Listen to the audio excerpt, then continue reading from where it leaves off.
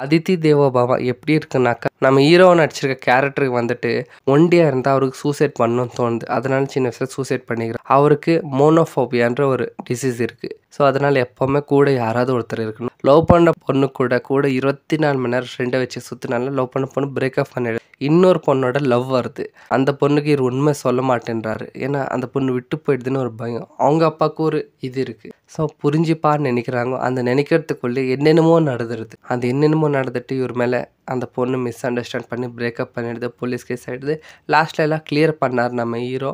எப்படி இதில் அலோனாக போகிற இஷ்யூஸை இப்படி நம்ம ஹீரோ வந்து எதிர்த்தார். சாங்கை வந்து பாகுன்టుంది నువ్వు నవ్వితే அப்படின்ற ஒரு சாங் வந்து சூப்பராக இருக்குது.